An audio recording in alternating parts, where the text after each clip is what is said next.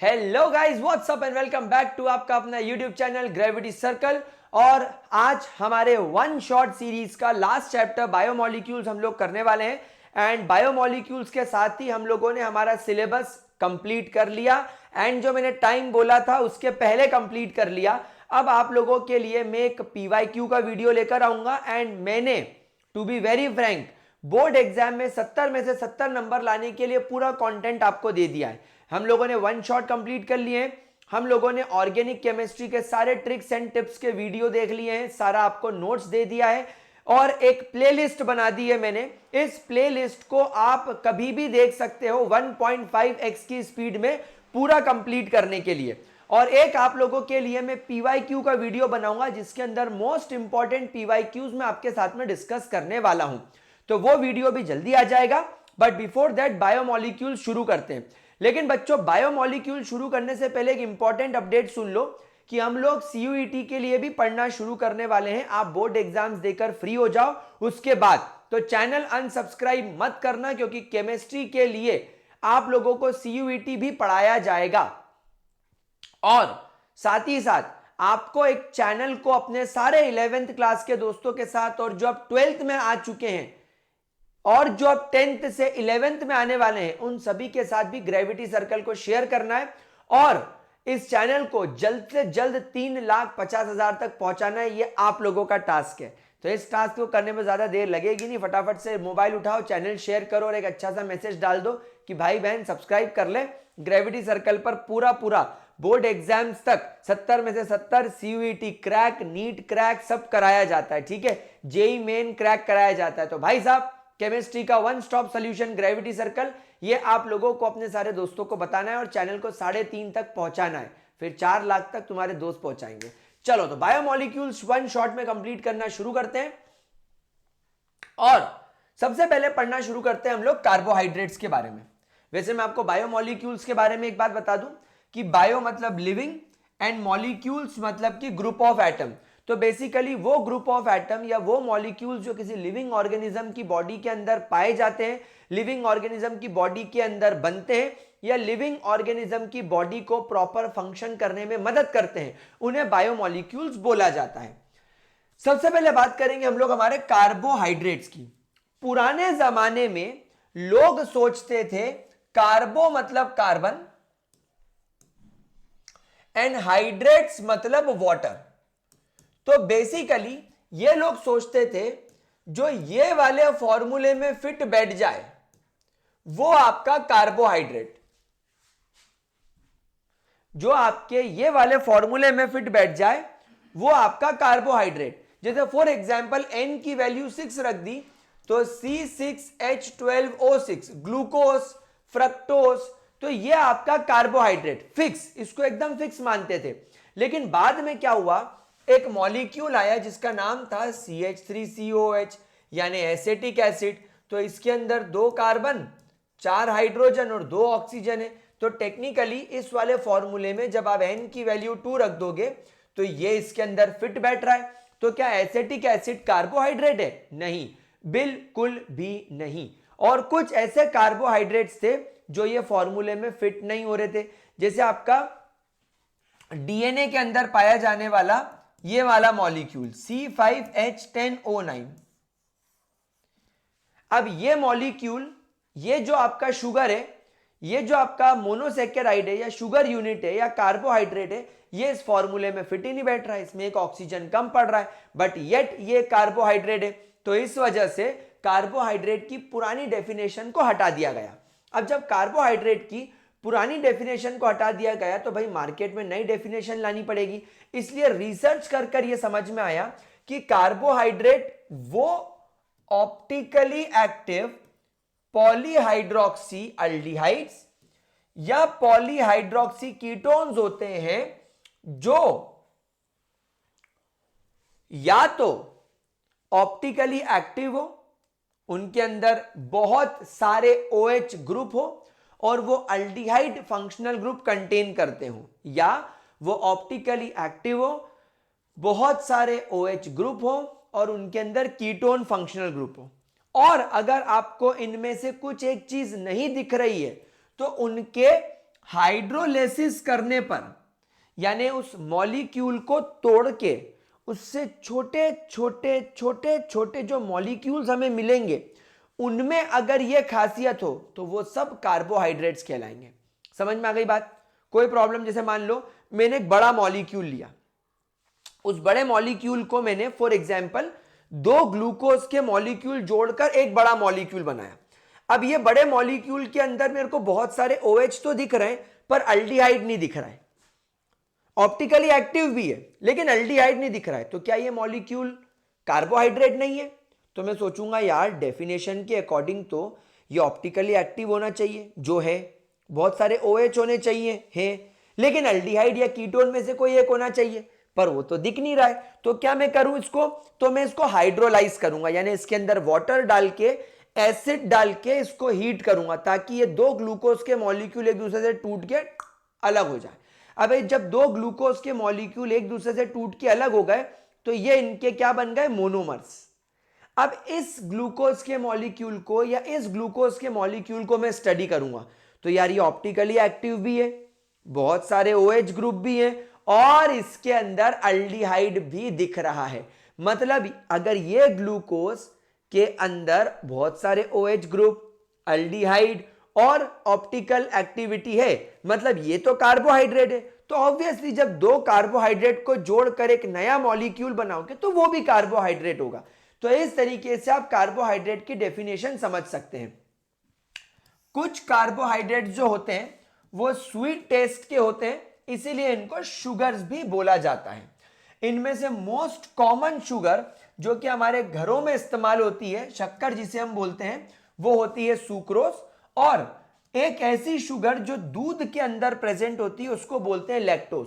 Guys lactose फीकी होती है, मतलब जब आप कच्चे दूध को या जब आप नॉर्मल दूध को पियोगे तो आपको फीका फीका टेस्ट आएगा। क्यों? क्योंकि लैक्टोज का जो स्ट्रक्चर होता है वो हमारी जबान के टेस्ट बड्स के साथ में कॉम्प्लीमेंट नहीं करता, इसीलिए हमें उसका मीठापन का स्वाद नहीं आता। एक्चुअली आपको पता है हमारे टंग में अलग अलग टेस्ट रिसेप्टर है, तो जो स्वीट टेस्ट का रिसेप्टर है, जब ये शुगर हमारी जुबान पर जाएगी तो हमारी जुबान के उस रिसेप्टर के साथ, जैसे ताले में चाबी फिट होती है, वैसे हमारे टेस्ट बड के साथ ये लैक्टोज शुगर फिट नहीं हो पाती, इसलिए हमको मीठेपन का स्वाद एक्टिवेट नहीं होता, तो हमको लगता है दूध फीका है। लेकिन जो नॉर्मल शक्कर हम लोग खाते हैं, ये हमारे टेस्ट बड के साथ एकदम ताले में जैसे चाबी फिट हो जाती है, बिल्कुल ये शक्कर हमारे टेस्ट बड में शुगर फिट हो जाती है और हमें मीठा स्वाद आने लग जाता है। आ गई बात समझ में? तो लैक्टोज होती तो शुगर है, पर हमारे लिए ये फीकी है। अगर हम आगे बात करें तो कार्बोहाइड्रेट को सैकेराइड्स भी बोला जाता है।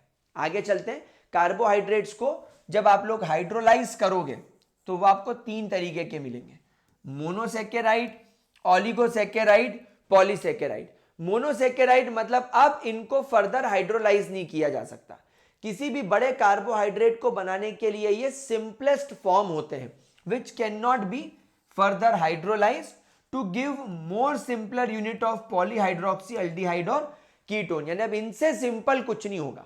फिर जब ऐसे मोनोसैकेराइड आप 2, 3, 4, 5, 6, 7, 8, 9, 10, जब आप ऐसे मोनोसैकेराइड 2 से 10 जोड़ दोगे तो आपको मिल जाएगा ऑलिगोसैकेराइड। या अगर आपके पास में ऑलिगोसैकेराइड आ जाए तो उस ऑलिगोसैकेराइड को जब आप हाइड्रोलाइज करोगे, जब उस ऑलिगोसैकेराइड को आप हाइड्रोलाइज करोगे तो आपको 2 से 10 मोनोसैकेराइड्स मिलेंगे। और अगर आपने ये वाले मोनोसैकेराइड 10 से ज्यादा जोड़ दिए, बहुत सारे जोड़ दिए, तो वो बन गया पॉलीसैकेराइड। या हम ऐसा बोले कि अगर हमारे पास में कोई पॉलीसैकेराइड आया तो उसको हाइड्रोलाइज किया तो हमें बहुत ज्यादा लार्ज नंबर ऑफ मोनोसैकेराइड्स यहां पर मिले। ठीक है,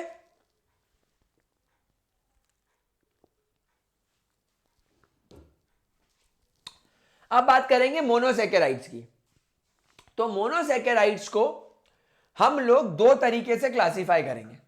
वो मोनोसैकेराइड जिनमें अल्डिहाइड फंक्शनल ग्रुप होता है, और वो मोनोसैकेराइड जिसमें कीटोन फंक्शनल ग्रुप होता है। अल्डिहाइड फंक्शनल ग्रुप वाले मोनोसैकेराइड को हम अल्डोज बोलेंगे, कीटोन फंक्शनल ग्रुप वाले मोनोसेकेराइड को हम लोग कीटोस बोलेंगे। मोनोसेकेराइड में अगर आपके किसी भी एक मोनोसेकेराइड के अंदर 3 कार्बन है तो हम उसे नाम देंगे ट्रायोस, अगर 4 कार्बन है तो टेट्रोस, 5 कार्बन है तो पेंटोस, 6 कार्बन है तो हेक्सोस और 7 कार्बन है तो हेप्टोस। अब अगर ये 3 कार्बन वाले ट्रायोस मोनोसेकेराइड के अंदर अल्डिहाइड फंक्शनल ग्रुप मौजूद है तो उसका कंबाइन नेम हो जाएगा अल्डोट्रायोस। अल्डोट्रायोस मतलब अल्डिहाइड फंक्शनल ग्रुप के साथ 3 कार्बन वाला मोनोसेकेराइड।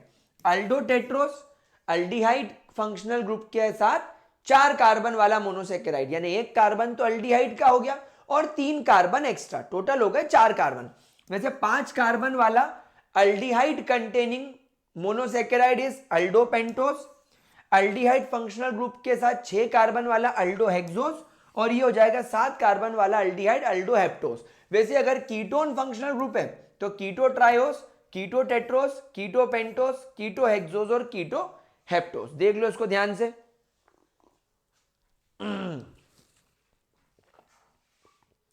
चलो अब हम लोग चलते हैं ग्लूकोज की प्रिपरेशन की तरफ। ग्लूकोज को हम लोग गन्ने के रस से बना सकते हैं। ग्लूकोज को अगर हमें प्रिपेयर करना है तो गन्ने का रस यानी केन शुगर यानी कि सुक्रोज, जो हमारे घर में शक्कर है वो सुक्रोज ही है।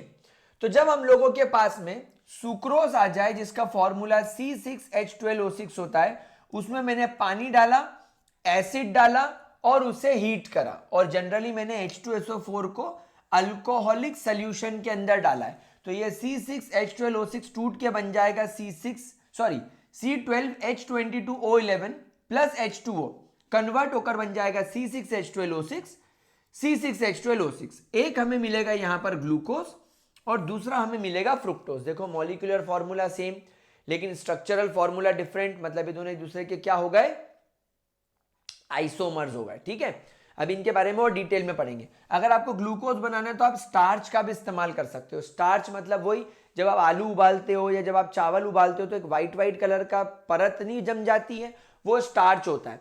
वो starch actually reserve food material होता है प्लांट्स का।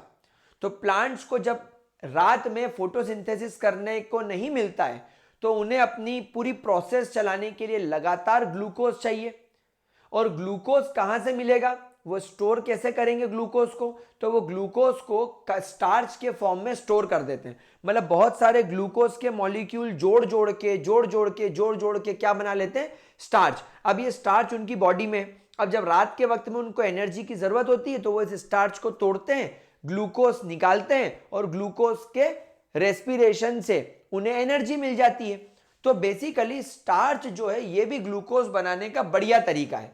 तो जो कमर्शियली ग्लूकोज बनाया जाता है ना, उसमें क्या करते हैं, ये स्टार्च ले लेते हैं। गाइस स्टार्च का फॉर्मूला है C6H10O5 यानी एक जैसे न जाने कितने ग्लूकोज के मॉलिक्यूल जोड़ने पर हमें स्टार्च मिलता है। लेकिन क्या होता है जब एक ग्लूकोज का मॉलिक्यूल दूसरे ग्लूकोज के मॉलिक्यूल से जुड़ता है तो इनमें से वाटर बाहर हो जाता है। यानी आप देखो यहां पर 12 हाइड्रोजन है, यहां पर 12 हाइड्रोजन है, टोटल 24 हाइड्रोजन होने चाहिए। यहां 6 ऑक्सीजन है, यहां 6 ऑक्सीजन है, टोटल 12 ऑक्सीजन होने चाहिए। लेकिन देखो ग्लूकोज के बाद जो सुक्रोज बना उसमें 1 ऑक्सीजन और 2 हाइड्रोजन की कमी है, मतलब पानी बाहर निकल गया। इसका मतलब 2 ग्लूकोज जोड़ने पर 1 पानी का मॉलिक्यूल बाहर निकलता है। इसीलिए देखो यहां पर मैंने 2 हाइड्रोजन और 1 ऑक्सीजन पहले ही कम कर दिया। यानी कि जब आप n नंबर ऑफ ग्लूकोज को जोड़ोगे तो आपको इस तरीके से C6H10O5 मिलेगा, यानी 1 वाटर मॉलिक्यूल कम। तो ये स्टार्च हो गया, बहुत बड़ी मात्रा में इसके अंदर ग्लूकोज जुड़े हुए हैं। उसमें जितने मोल्स आपने स्टार्च के लिए हैं उतना पानी डालो, एसिड डालो, 2 से 3 ATM पर 393 केल्विन पर हीट करो, n मोल्स ऑफ ग्लूकोज बनके तैयार है। ठीक है,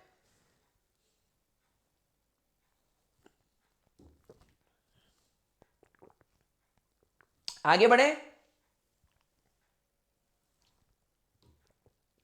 सॉरी गाइस, गले में आज बहुत पेन है, बैक टू बैक क्लासेस की वजह से शायद प्रॉब्लम हो रही है गले में, बट ठीक है, हम लोग कंटिन्यू करेंगे। अब बात करेंगे स्ट्रक्चर ऑफ ग्लूकोज के बारे में। गाइस, ग्लूकोज का स्ट्रक्चर कुछ ऐसा दिखता है, देखो सबसे ऊपर आपको CHO दिखेगा, CHO के नीचे CHOH, CHOH, CHOH, CHOH 4 times, और सबसे आखिरी में CH2OH। यह है आपका ग्लूकोज। तो ग्लूकोज को हम अल्डोहेक्सोज शुगर बोलेंगे। अल्डोहेक्सोज मतलब इसके अंदर डेफिनेटली आपको क्या देखने को मिलेगा, एक अल्डिहाइड ग्रुप, और हेक्सोज मतलब यहां पर आपको देखने को मिलेगा 6 कार्बन की चेन, राइट। इसको डेक्सट्रोज के नाम से भी जाना जाता है। ग्लूकोज बहुत सारे नेचुरली मिलने वाले कार्बोहाइड्रेट्स का एक बहुत इंपॉर्टेंट मोनोमर है। जैसे अभी आपने देखा स्टार्च, अभी आप आगे चल के देखोगे ग्लाइकोजन, ऐसे बहुत सारे, ग्लूकेगॉन, सेल्यूलोज, इन सब के अंदर आपको ये ग्लूकोज ही देखने को मिलेगा। तो बेसिकली जो ग्लूकोज है वो एक बहुत इंपॉर्टेंट मोनोमर है बहुत सारे कार्बोहाइड्रेट्स का, और प्रोबेबली ये माना जाता है कि ये सबसे अबंडेंट ऑर्गेनिक कंपाउंड है अर्थ का। अब आगे चलते हैं और गाइस इस टॉपिक की बात करते हैं जिससे बायोमोलिक्यूल्स में सवाल आना लगभग 100% है। बहुत इंपॉर्टेंट है, मतलब इससे सवाल आता है, बहुत इंपॉर्टेंट टॉपिक है, तो इसको 100% पढ़ना है, नहीं छोड़ना है।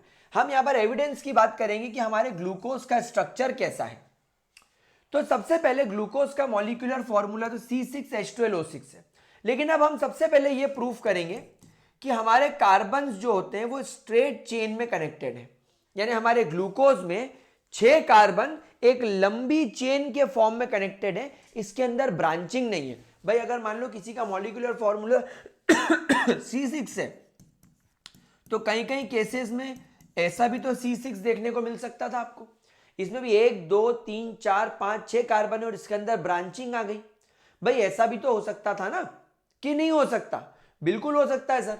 तो अब हमको ये प्रूफ कैसे करेंगे कि हमारे पास में जो कार्बन है इसके अंदर ग्लूकोज में स्ट्रेट चेन में है?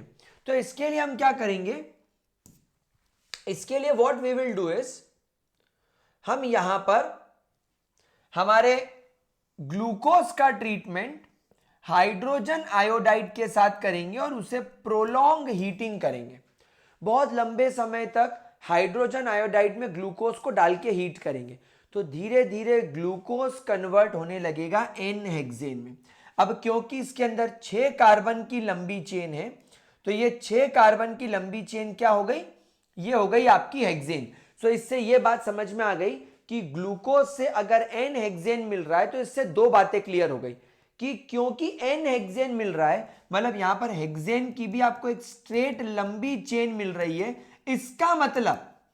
इसका मतलब आपके ग्लूकोज के अंदर भी एक 6 कार्बन की लंबी चेन होगी, क्योंकि आपको प्रोडक्ट ही एन हेक्सेन मिल रहा है। दूसरी चीज, अगर यहां पर 7 कार्बन वाली चेन मिल जाती तो तुम्हारे ग्लूकोज में 7 कार्बन होते, 5 कार्बन की चेन ही मिलती तो तुम्हारे ग्लूकोज में 5 कार्बन की चेन होती।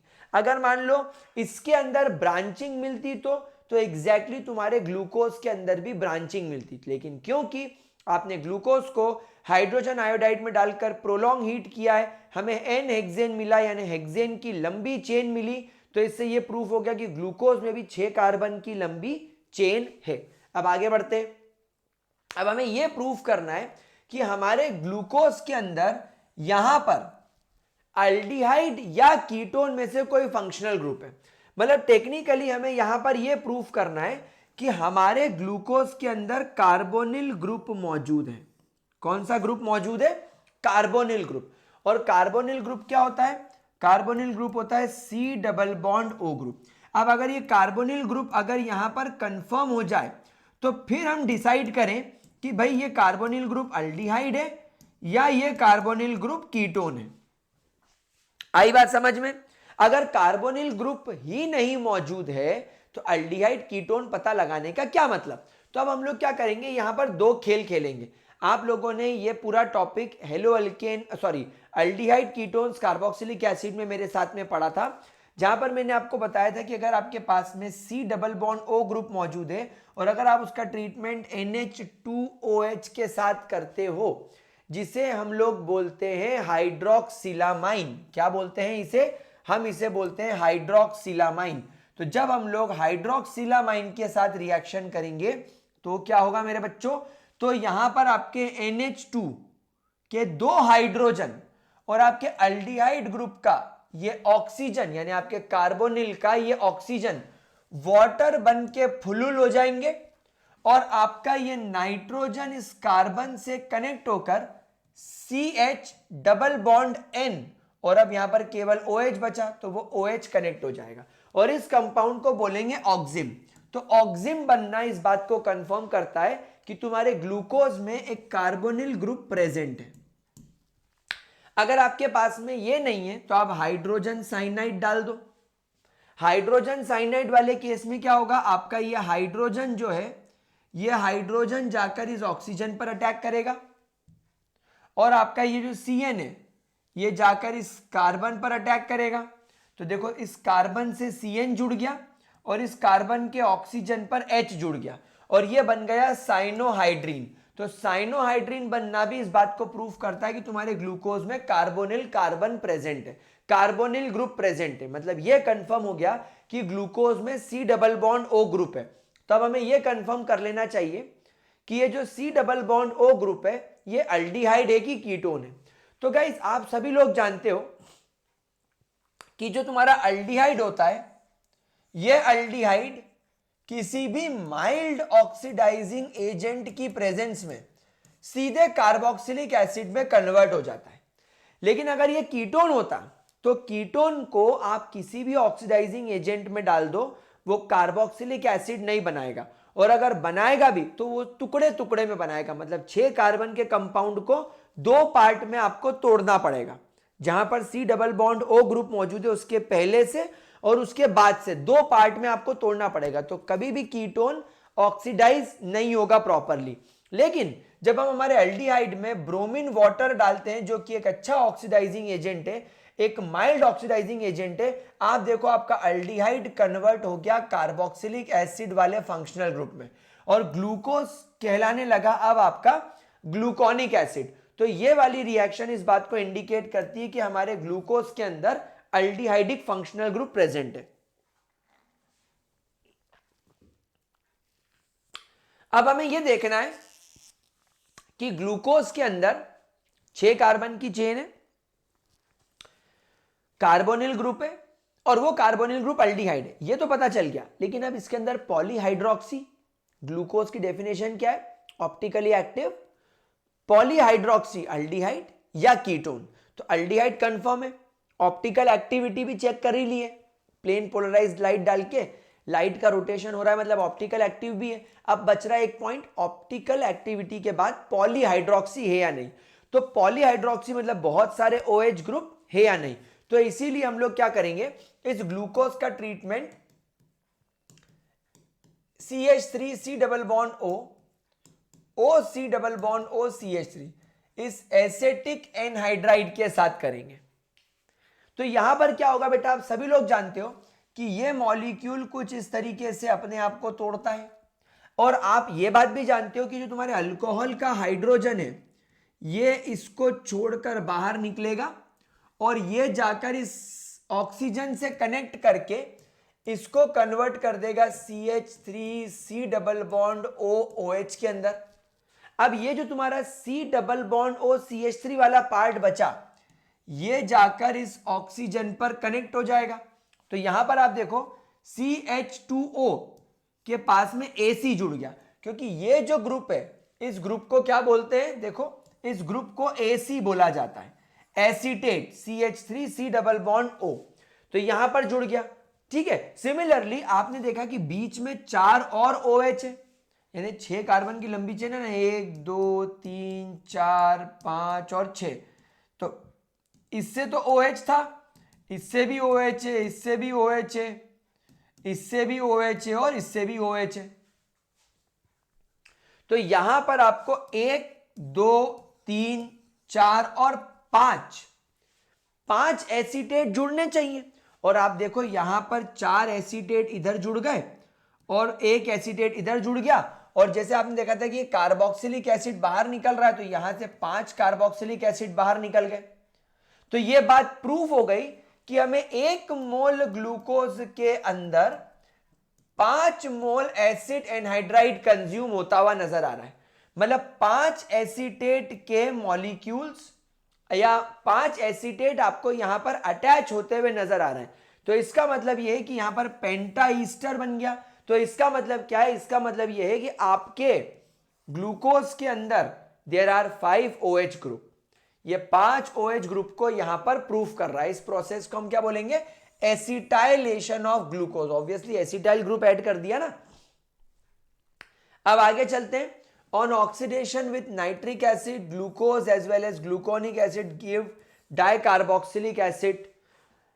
अब इसका क्या मतलब है? इस रिएक्शन का मतलब है कि भले ही मैं मेरे ग्लूकोज के अंदर एक ऑक्सीडाइजिंग एजेंट डाल दूं, और ये ऑक्सीडाइजिंग एजेंट कैसा है?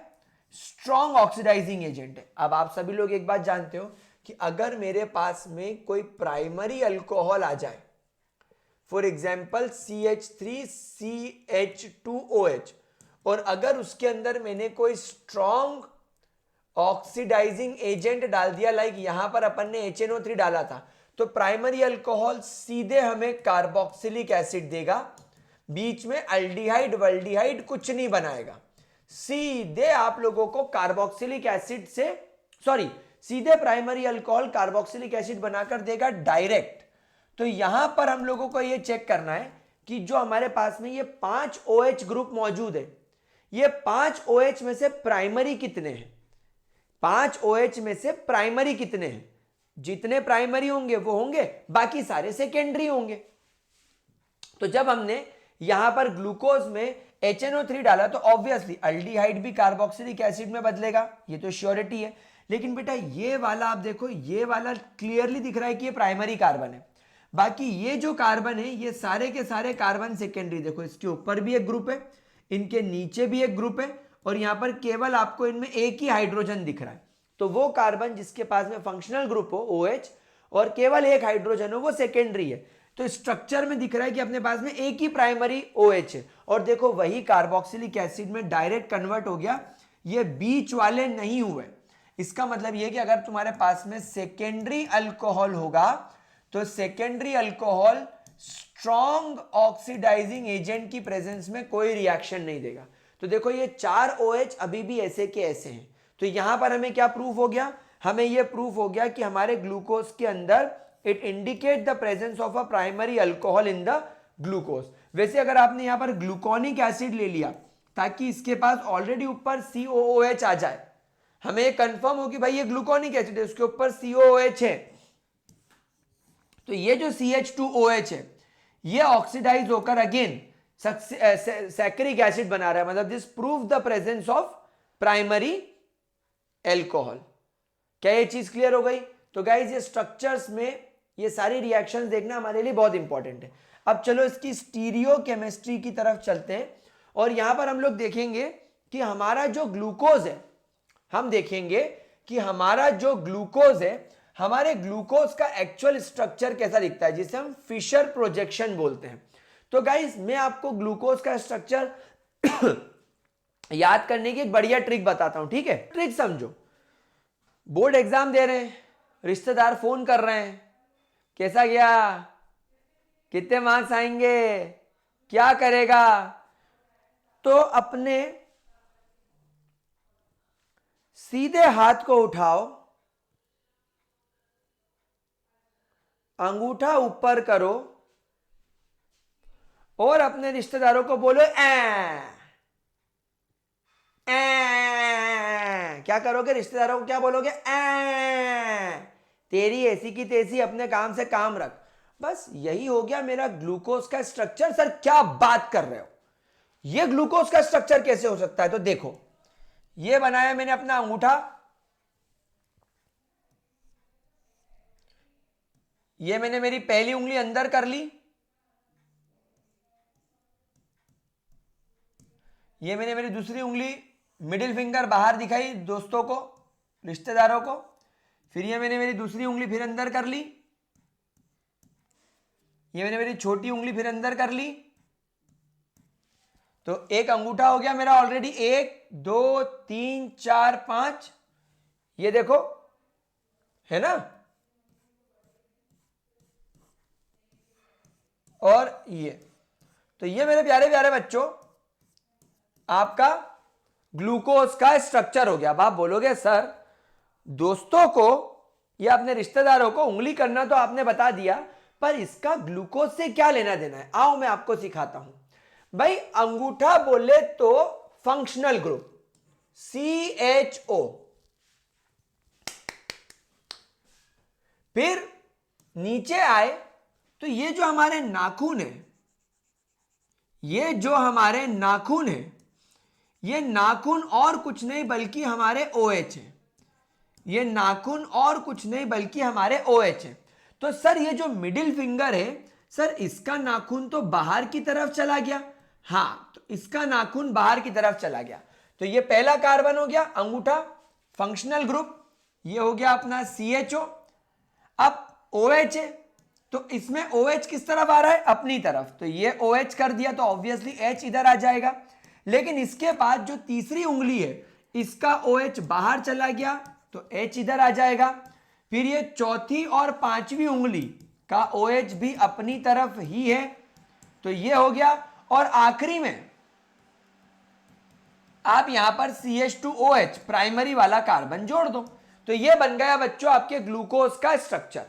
तो अब आप लोगों को इसके अंदर ऑटोमेटिकली ध्यान हो जाएगा कि ये अगर हमारा थंब है, ये फर्स्ट फिंगर, तो ये हो गई आपकी मिडिल फिंगर, बस इस मिडिल फिंगर के अंदर ही OH की पोजीशन अलग होती है, बाकी सब कुछ सेम। तो क्या अब आप लोग ग्लूकोज का स्ट्रक्चर याद रख पाएंगे? क्या हम लोग ग्लूकोज का स्ट्रक्चर याद रख पाएंगे? चलो बहुत बढ़िया। तो ग्लूकोज का स्ट्रक्चर अब आप देख लो, ग्लूकोज की तरह ही ग्लूकोनिक एसिड में बस CHO की जगह COOH आ गया, बाकी सब कुछ सेम है। और सैक्रिक एसिड के अंदर ऊपर भी COOH आ गया और नीचे भी COOH आ गया, तो ये भी बिल्कुल सेम है, थर्ड पोजीशन पर तीनों के अंदर सेम है, तो ये इसका फिशर प्रोजेक्शन हो गया। अब गाइज यहां पर थोड़ी सी और बात करते हैं हम लोग। आप देखोगे कि ग्लूकोज के नाम के आगे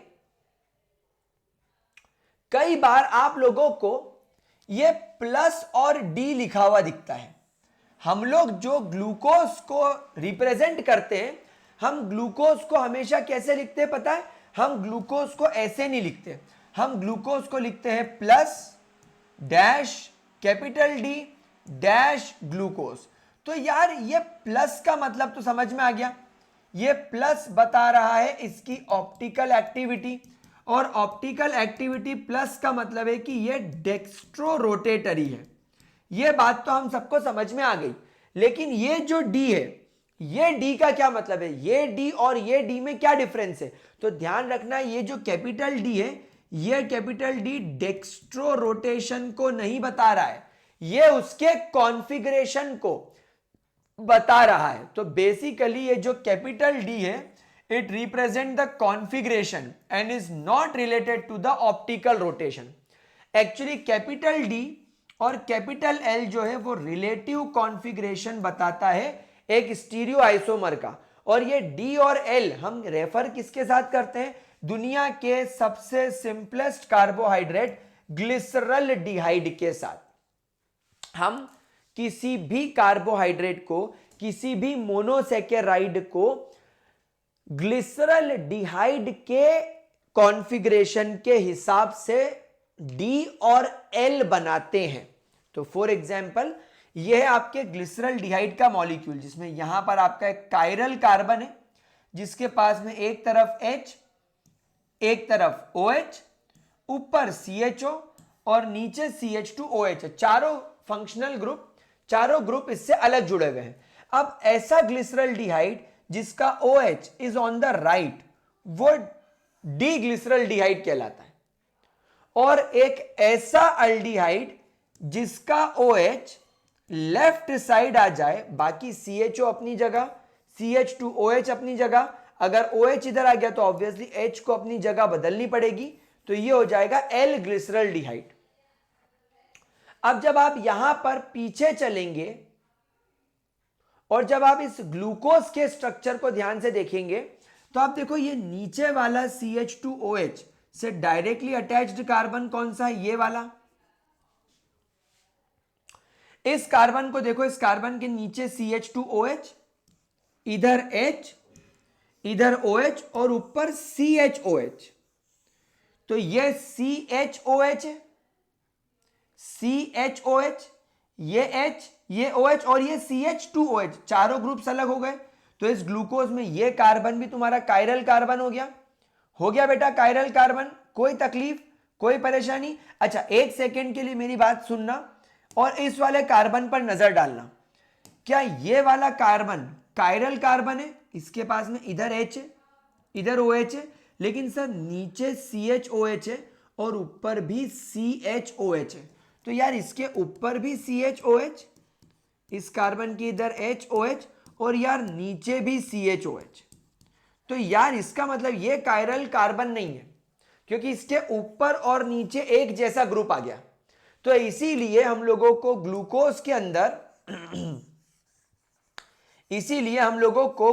के अंदर नीचे वाले कार्बन को ही चूज करना पड़ेगा, या ऊपर वाले कार्बन को चूज कर लो। इसके नीचे CHOH, इधर H, इधर OH और इधर CHO, कुछ भी चूज कर लो। ये वाला चूज कर लो या ये वाला चूज कर लो। इन दोनों के अंदर ही आप देखो ग्लिसरल्डिहाइड के कायरल कार्बन की तरह राइट साइड OH है।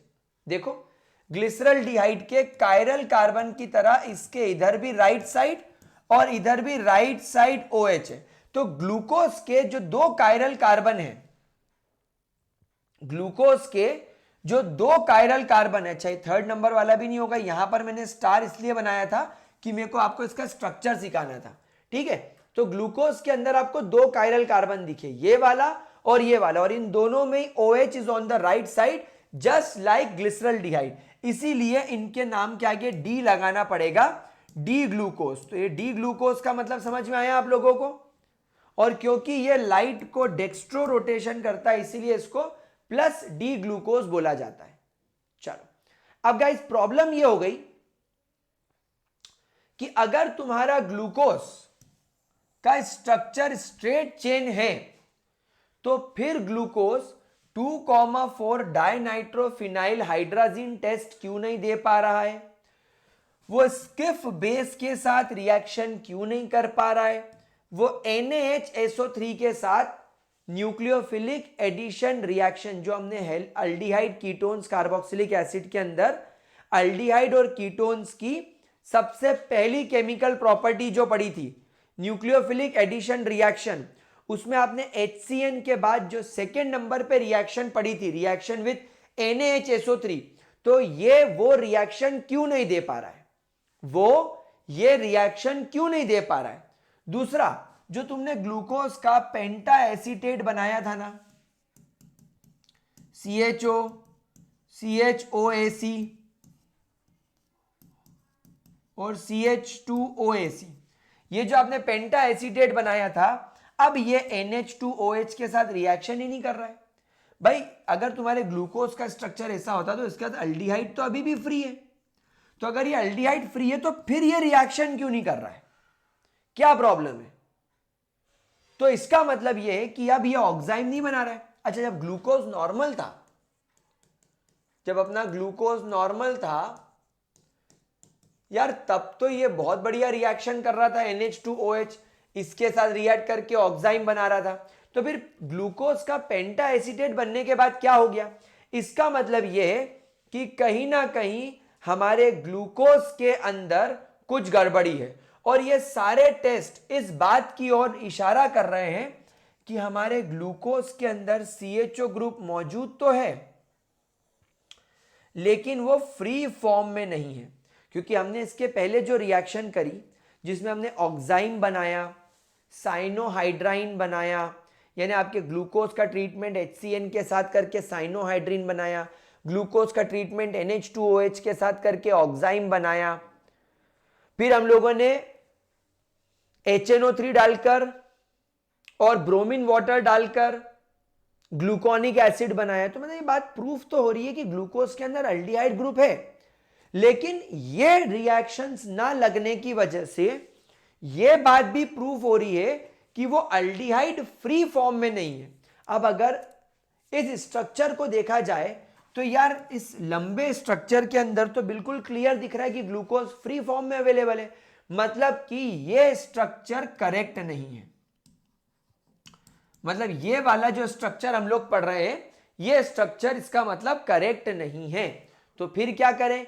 तो फिर समझ में आया कि यार एक्चुअली ग्लूकोज जो है वो साइक्लिक फॉर्म में है।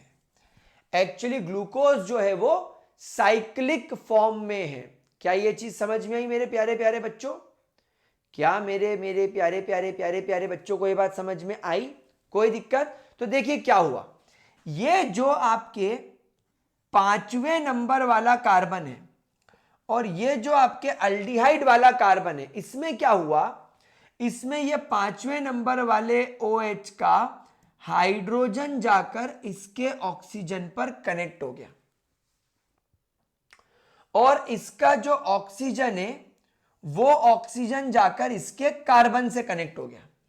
तो अब आप यहां पर देख रहे हो कि ये रहा वो अल्डिहाइड ग्रुप वाला कार्बन और ये रहा अपने 5वें नंबर वाला कार्बन।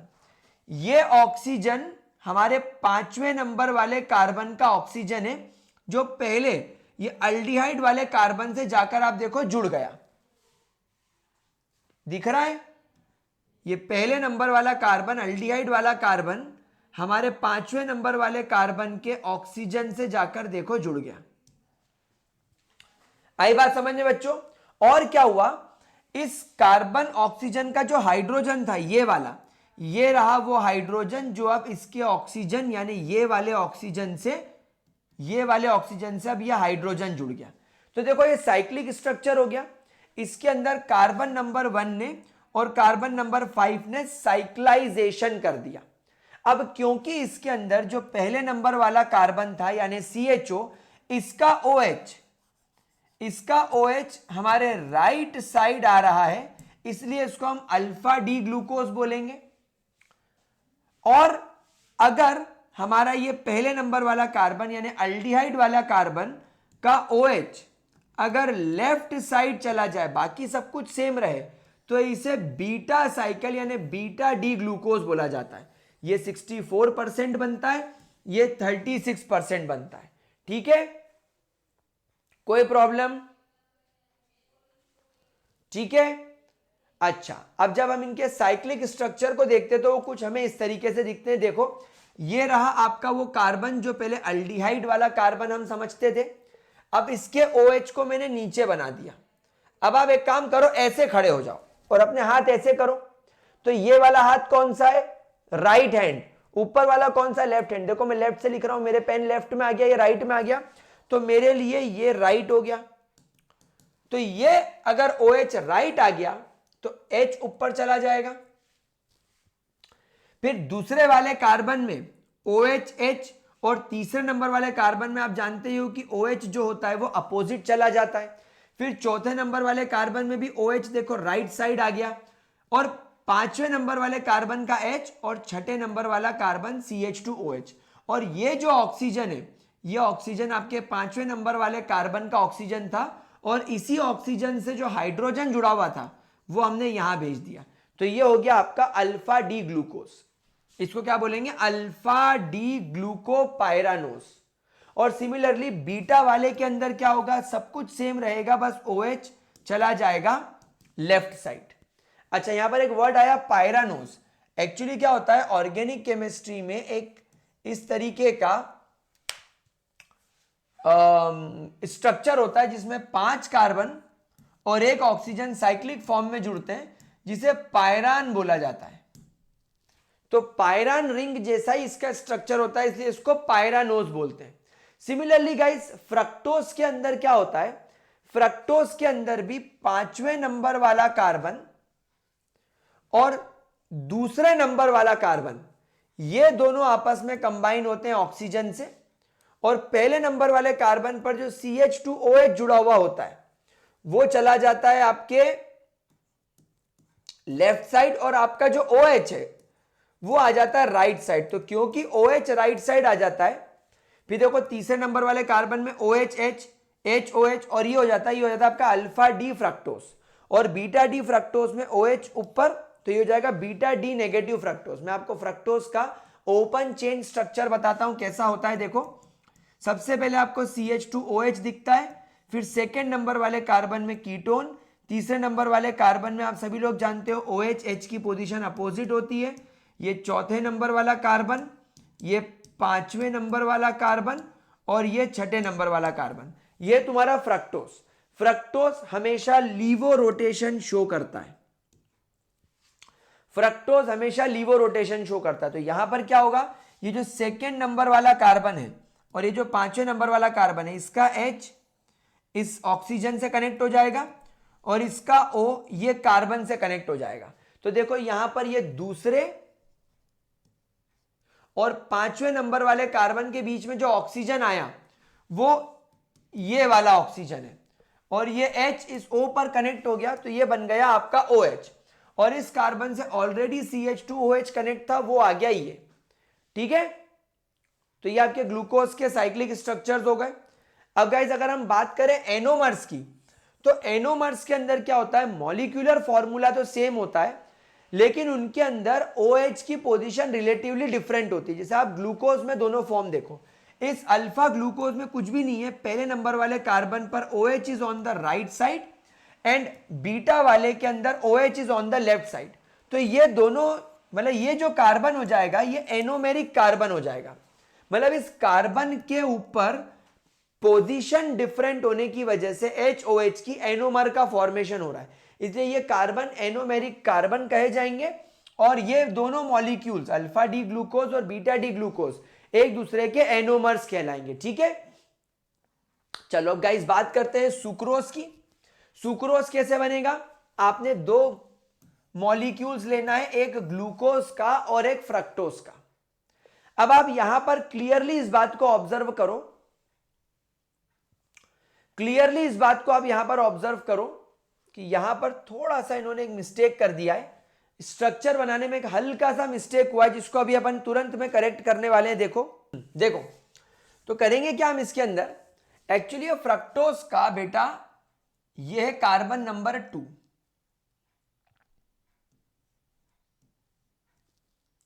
ये है कार्बन नंबर 1, तो ये CH2OH, यहां आएगा OH, ये है इसका थर्ड नंबर वाला कार्बन जिसमें OH अंदर आएगा, H बाहर आएगा, ये चौथे नंबर वाला कार्बन जिसका OH बाहर आएगा, ये पांचवें नंबर वाला कार्बन CH2 और ये छठे नंबर वाला कार्बन, तो ये केवल CHOH होगा। बेटा ये है एक्चुअली फ्रक्टोज का स्ट्रक्चर। अब यहां पर क्या होगा, ग्लूकोज के कार्बन नंबर 1 और फ्रक्टोज के कार्बन नंबर 2, देखो लिखा है ना glycosidic linkage between carbon 1 of alpha D glucose and carbon 2 of beta D fructose.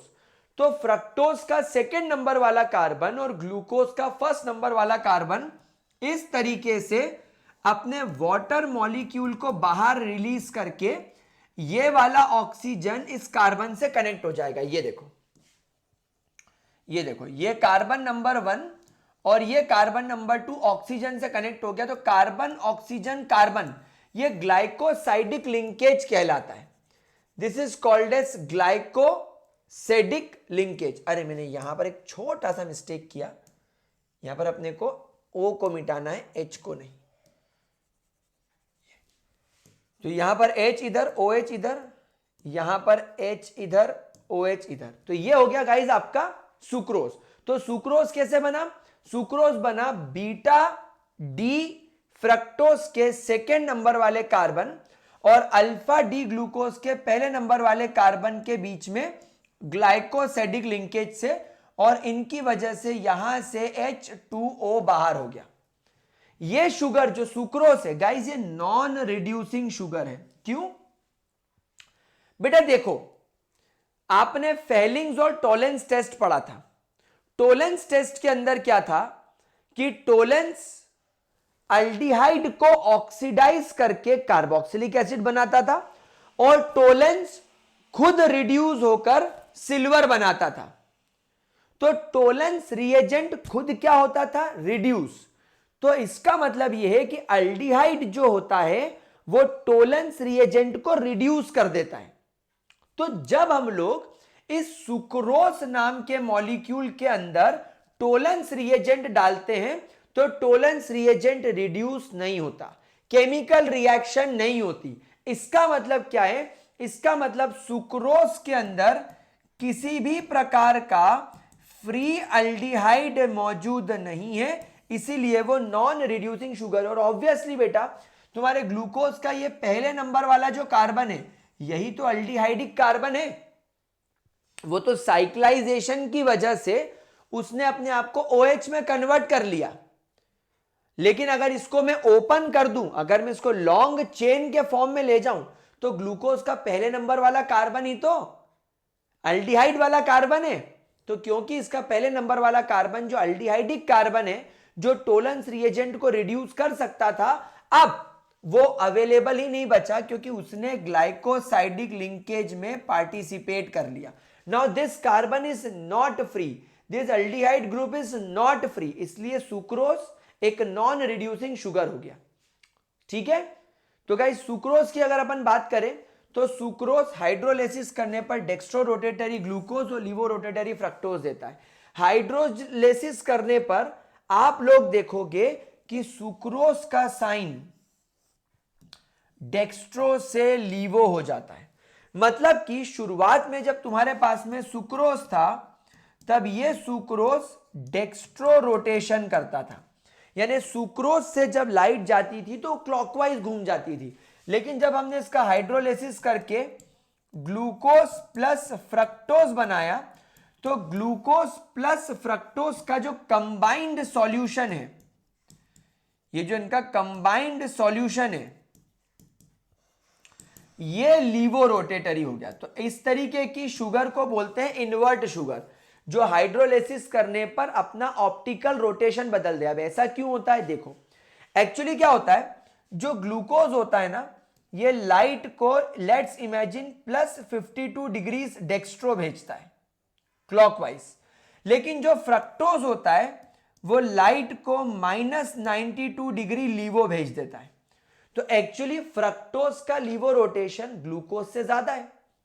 Plus 52 को इसका माइनस 52 बैलेंस कर देगा, लेकिन फिर भी इसके पास में माइनस 40 डिग्री का एडिशनल एडवांटेज है। इसलिए overall fructose being more laevo rotatory than the dextro rotation of glucose, इसलिए ओवरऑल जो नेट सोल्यूशन होगा वो लीवो रोटेटरी हो जाएगा। बात समझ में आई?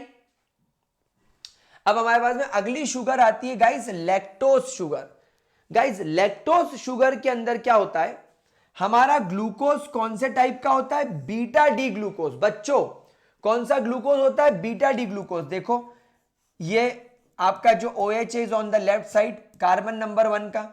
और इंटरेस्टिंग बात यह है कि यहां पर ग्लूकोज के चौथे नंबर वाले कार्बन का अटैचमेंट हो रहा है, और यहां पर हमें लेना है बीटा डी गैलेक्टोज। क्या लेना है? Beta D galactose. अब बीटा डी गैलेक्टोज का मतलब क्या है गाइस? बिल्कुल ग्लूकोज की तरह ही है ये बिल्कुल बीटा ग्लूकोज की तरह ही है। आप देखो बीटा ग्लूकोज जो अपन बनाते हैं, बीटा ग्लूकोज अपन कैसे बनाते हैं? देखो बीटा ग्लूकोज में अपन OH को लेफ्ट भेज देते हैं, ये तो OH इधर है, इसका OH अंदर है, और यहां वाले केस में हम ग्लूकोज में OH यहां बनाते हैं, H यहां बनाते हैं, और यहां CH2OH लिखते हैं। ये तुम्हारा बीटा डी ग्लूकोज है। और गैलेक्टोज में क्या फर्क है? गैलेक्टोज में ग्लूकोज की तरह ही सब कुछ सेम है, बस ये जो चौथे नंबर वाला कार्बन है इसमें OH लेफ्ट साइड चला गया, यहां पर अपने ग्लूकोज में OH राइट साइड रहता है। तो बीटा डी ग्लूकोज और बीटा डी गैलेक्टोज में एक ही फर्क है, चौथे नंबर वाला OH लेफ्ट साइड चला गया, राइट साइड छोड़ के। तो बीटा डी गैलेक्टोज का पहले नंबर वाला कार्बन और बीटा डी ग्लूकोज का चौथे नंबर वाला कार्बन, तो आप देखो ये तुम्हारा जो बीटा डी ग्लूकोज है इसका OH और इसका OH अपना अपना हाइड्रोजन निकाल के बाहर फेंक देंगे, यहां से वाटर एलिमिनेट हो गया और इन दोनों के बीच में ग्लाइकोसिडिक लिंकेज आ गया। आई बात समझ में बच्चों? बच्चों कोई प्रॉब्लम, बच्चों कोई दिक्कत, समझ गए क्या हुआ? यानी ये ग्लूकोज का जो चौथे नंबर वाला कार्बन था, ये इसका OH और इसका H वाटर बन के बाहर, और इसका जो O बचा वो यहां आ गया, और इस तरीके से इनमें बॉन्डिंग हो गई। ठीक है, अच्छा ये रिड्यूसिंग शुगर होगा कि नहीं? तो हाँ, ये रिड्यूसिंग होगा। ये रिड्यूसिंग क्यों होगा? क्योंकि देखो ग्लूकोज का पहले नंबर वाला कार्बन जो अल्डिहाइडिक कार्बन है, ये कार्बन यहां पर फ्रीली अवेलेबल हो सकता है जब हम इसको ओपन करेंगे, तो ये रिड्यूसिंग एजेंट यानी रिड्यूस कर देगा टोलेंस रिएजेंट को, इसलिए लैक्टोज एक रिड्यूसिंग शुगर है। ठीक है, कोई प्रॉब्लम? तो देखो यहां पर लिखा है it is a reducing sugar known as milk sugar. आगे बढ़ते हैं और गाइस माल्टोस की बात करते हैं। माल्टोस के अंदर आप लोग क्या देख रहे हो कि carbon 1 of alpha D glucose and carbon 4 of another alpha D glucose जुड़ गए। यानी कुछ नहीं करना है आपको, दोनों एक जैसे अल्फा डी ग्लूकोज लेने, यानी दोनों का OH is on the right side, और इसका पहला कार्बन और इसका चौथा कार्बन जोड़ देने का है। तो इसका OH और इसका H पानी बन के बाहर, और इसका O जाकर इधर जुड़ गया, ग्लाइकोसाइडिक लिंकेज कर लिया, पानी बन के बाहर, ये बन गया आपका माल्टोस। माल्टोस भी एक प्रकार का रिड्यूसिंग शुगर है। क्यों? क्योंकि आप देखो ये वाले ग्लूकोज का पहले नंबर वाला कार्बन यहां पर फ्री है, और ये पहले नंबर वाला कार्बन फ्री है, मतलब ये अल्डिहाइड में कन्वर्ट होकर टोलेंस रिएजेंट को रिड्यूस कर सकता है। नेक्स्ट गाइस बात करते हैं पॉलीसेकेराइड की। पॉलीसेकेराइड में सबसे पहला और सबसे इंपॉर्टेंट सेकेराइड है हमारे पास में स्टार्च। स्टार्च का जब हम लोग स्ट्रक्चर पढ़ते हैं तो स्टार्च दो चीजों से मिलकर बना होता है, एक होता है अमाइलोस और एक होता है अमाइलोपेक्टिन। जब दोनों को जोड़ेंगे तो स्टार्च बनेगा। तो बेसिकली अगर मैं अमाइलोस की बात करूं तो अमाइलोस के अंदर एक जैसे अल्फा डी ग्लूकोज कार्बन 1 और कार्बन 4 पर एक दूसरे के साथ लिंक करते हैं। तो जैसे ये अल्फा डी ग्लूकोज है, तो ये अल्फा डी ग्लूकोज का OH और इसके आगे वाले अल्फा डी ग्लूकोज के चौथे नंबर वाले कार्बन का OH, तो यहां से ये OH और यहां से ये H वाटर बन के बाहर, और ये वाले ऑक्सीजन है, देखो ये यहां पर इस तरीके से लिंकेज कर लिया। सिमिलरली देखो ये वाले अल्फा डी ग्लूकोज के पहले नंबर वाले कार्बन का H और इसके आगे वाले अल्फा डी ग्लूकोज के चौथे नंबर वाले कार्बन का OH, ये OH और ये H यहां से वाटर बन के बाहर, और ये O यहां कनेक्ट होकर ये देखो ये बन गया। तो इस तरीके से आपको हर ग्लूकोज का चौथे नंबर पे और हर ग्लूकोज के पहले नंबर पे ग्लाइकोसाइडिक लिंकेज बनता हुआ दिखेगा, ग्लाइकोसाइडिक लिंकेज बनता हुआ दिखाई देगा, ये इस तरीके से। आई बात समझ में? तो जब अल्फा डी ग्लूकोज की एक लंबी चेन बन जाएगी जिसमें n number of alpha D glucose जुड़ जाएंगे, ये बन जाएगा आपका अमाइलोस। और जब हम अमाइलोपेक्टिन की बात करते हैं तो देखो गाइस, इधर से एक अमाइलोस की चेन आ रही है ऊपर, इधर से एक अमाइलोस की चेन आ रही है नीचे, मतलब एक अमाइलोस की चेन ऊपर है लंबी, n नंबर ऑफ ग्लूकोज पहले और चौथे कार्बन पर जुड़ गए, यहां पर भी n नंबर ऑफ ग्लूकोज पहले और चौथे नंबर पर जुड़ गए, और ये दोनों चेन एक दूसरे के ऊपर नीचे आ गई। अब क्या होगा, ऊपर वाली चेन के ग्लूकोज का पहले नंबर वाले कार्बन का और नीचे वाली चेन के ग्लूकोज के छठे नंबर वाले कार्बन के बीच में आपको यहां पर ग्लाइकोसाइडिक लिंकेज बनता हुआ नजर आ रहा है। समझे क्या हुआ? समझे बच्चों क्या हुआ? तो यहां पर क्या होगा, इसका जो CH2OH है उसका OH और यहां वाले ग्रुप का जो OH था, तो इसका H और इसका OH यहां से पानी बन के बाहर हो गए। तब यहां पर ये तो बचा नहीं कुछ, और इसका जो H था वो भी पानी बन के बाहर चला गया। तो अब केवल यहां पर रह गया आपका ऑक्सीजन, और ऑक्सीजन का इस तरीके से ग्लाइकोसाइडिक लिंकेज। तो यहां पर कार्बन 1 कार्बन 4 तो हो ही रहा है, लेकिन ब्रांचिंग हो गई कार्बन 1 और कार्बन 6 के बीच में। तो जब इस तरीके का ब्रांच स्ट्रक्चर बनता है तो बन जाता है अमाइलोपेक्टिन।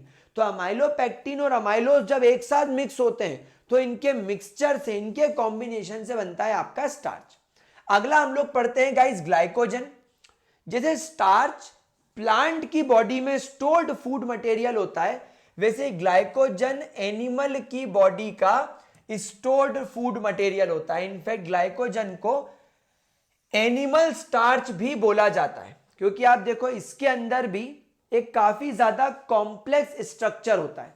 यहां पर भी alpha D glucose, alpha D glucose में आप देखो ये पहले और चौथे कार्बन में ग्लाइकोसाइडिक लिंकेज, और यहां पर देखो पहले कार्बन और छठे कार्बन में ग्लाइकोसाइडिक लिंकेज, यानी बिल्कुल ब्रांच्ड स्ट्रक्चर है, एकदम अमाइलोपेक्टिन की तरह। यानी जैसा प्लांट में स्टार्च के अंदर अमाइलोपेक्टिन है, एनिमल के अंदर अमाइलोपेक्टिन टाइप का ही स्ट्रक्चर है जिसे हम ग्लाइकोजन बोलते हैं।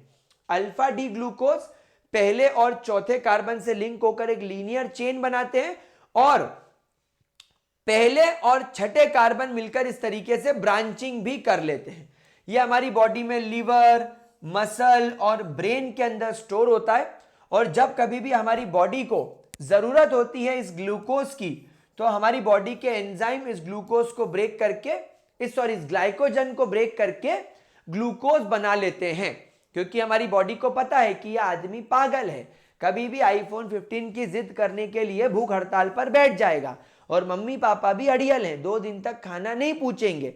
तो भाई 2 दिन तक खाना नहीं मिलेगा तो क्या मर जाएंगे? तो क्या करूं, मैं मर जाऊं, मेरी कोई फीलिंग्स नहीं है, तोड़ा कुत्ता टॉमी साडा कुत्ता कुत्ता।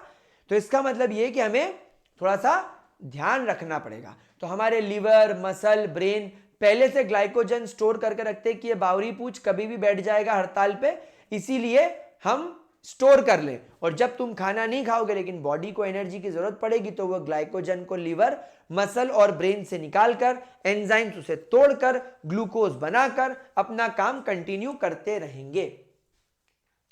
सेल्यूलोज की बात करें तो यह प्लांट के अंदर सबसे ज्यादा अबंडेंट ऑर्गेनिक मॉलिक्यूल है, और यह सेल वॉल बनाने में काम में आता है।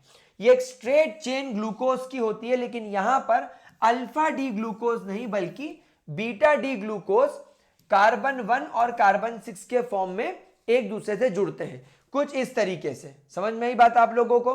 तो ये हो गया आपका सेल्यूलोज। अब गाइस चलते हैं प्रोटीन की तरफ और बात करते हैं गाइस अमाइनो एसिड्स की।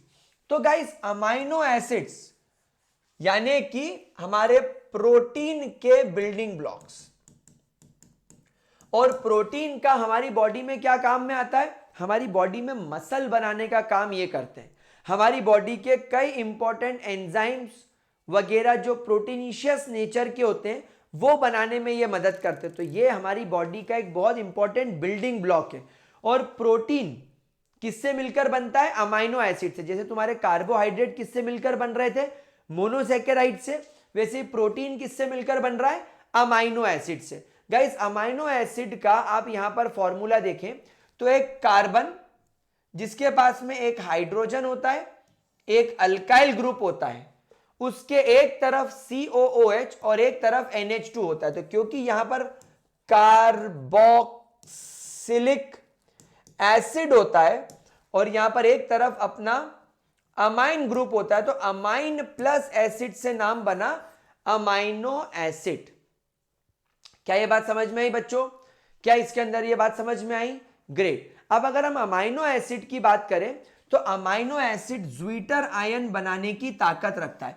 सर ज्वीटर आयन का मतलब क्या होता है? देखो आप इस अमाइनो एसिड को देखो, इसमें ये वाला पार्ट एसिड है, एसिड मतलब प्रोटॉन डोनर है, और ये वाला पार्ट जो है ये बेस है, क्योंकि ये प्रोटॉन को एक्सेप्ट करेगा।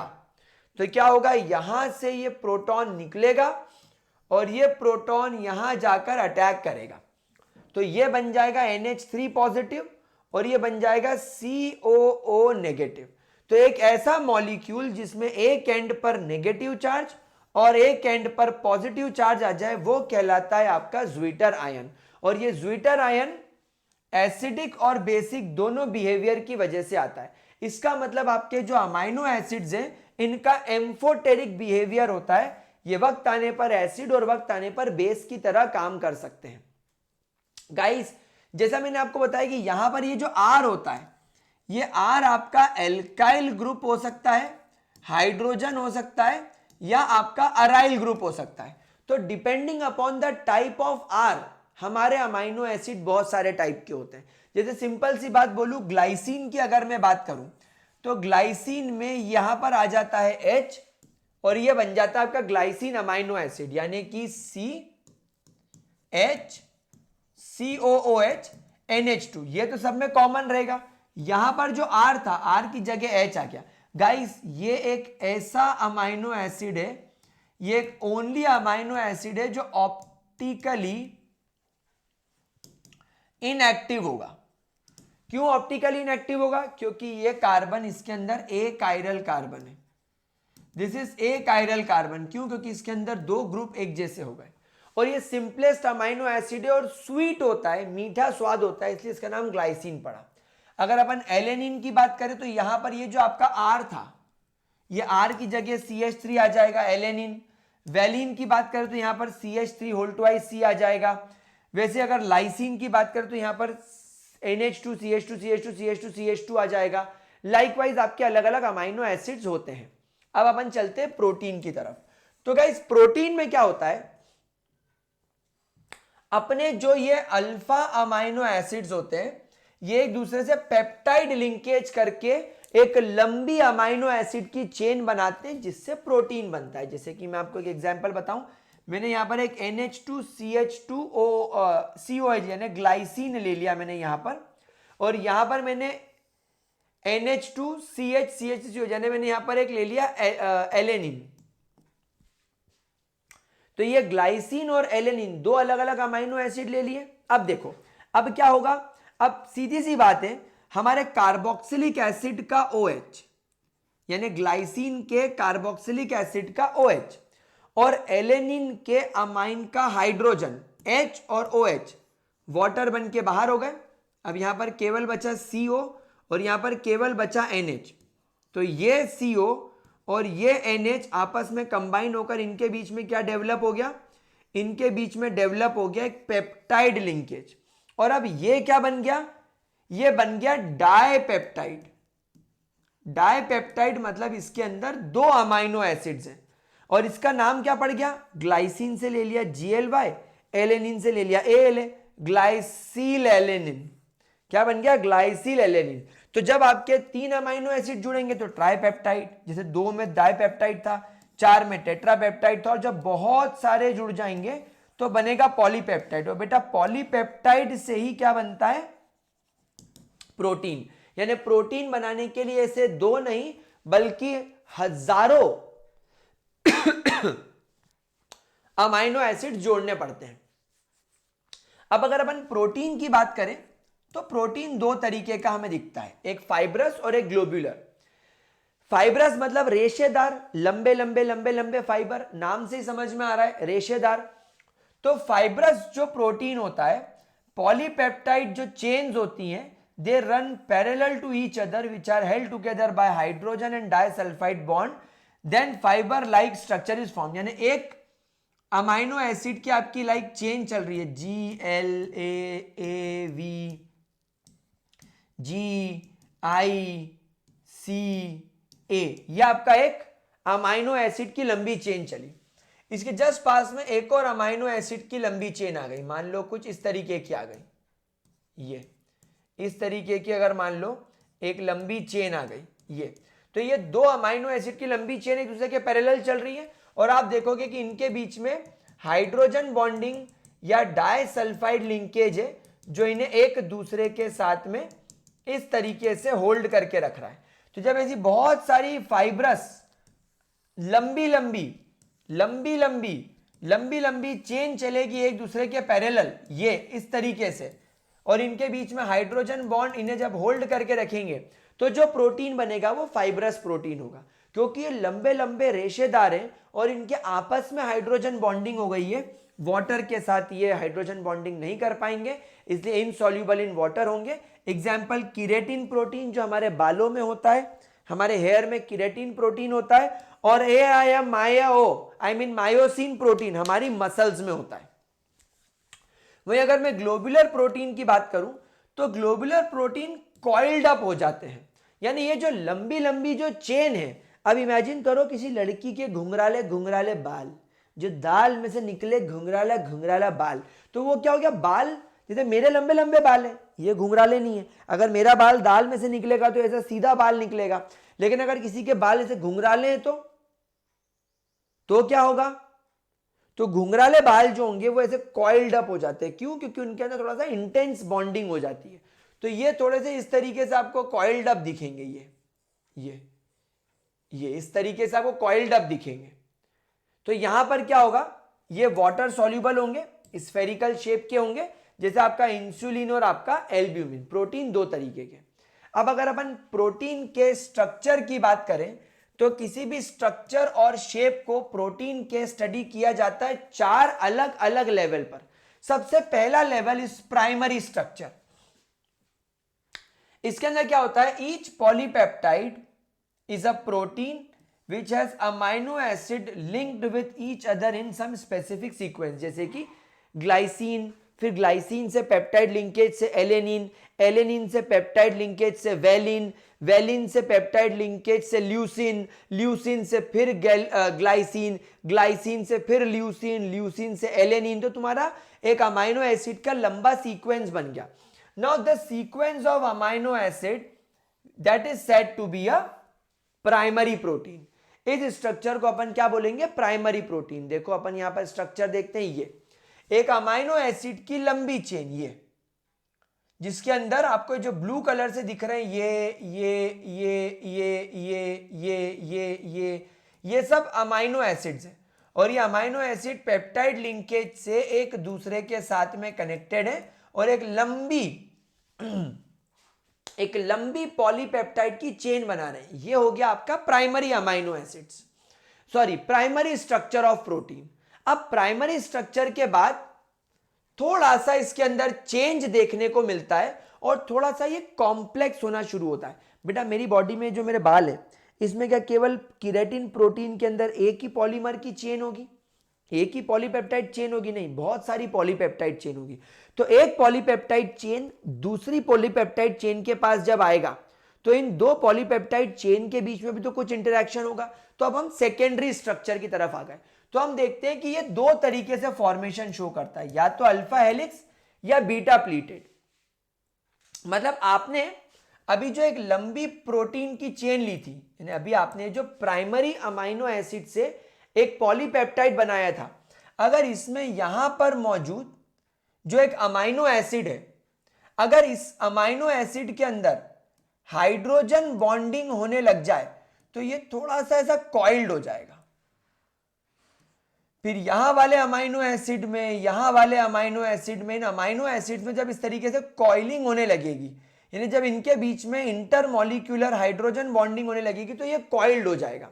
तो ये बन गया आपका सेकेंडरी स्ट्रक्चर, जो अल्फा हेलिक्स टाइप का है। आई बात समझ में? कोई प्रॉब्लम, कोई दिक्कत, कोई भी परेशानी किसी भी तरीके की? पक्का? तो यहां पर क्या हुआ, ये वाले अमाइनो एसिड और ये वाले अमाइनो एसिड में हाइड्रोजन बॉन्डिंग हो गई, तो क्या हुआ, ये कॉइल हो गया। ये वाले और ये वाले के बीच में हाइड्रोजन बॉन्डिंग हो गई, तो ये कॉइल हो गया, तो ये अल्फा हो गया। लेकिन बीटा प्लीटेड में क्या होता है, बीटा प्लीटेड में इंट्रामॉलिक्यूलर हाइड्रोजन बॉन्डिंग होती है। यानी कि आपने ये जो एक प्राइमरी अमाइन की चेन ली थी, इसमें ये जो अमाइनो एसिड है, इस अमाइनो एसिड के अंदर ही इंट्रा लेवल पर हाइड्रोजन बॉन्डिंग हो जाए, तो ये ऐसा हो जाएगा। ये देखो, ये फिर दूसरा प्रोटीन, तो ये इस तरीके से ऐसे ऐसे ऐसे इसके प्लीट्स बन जाएंगे।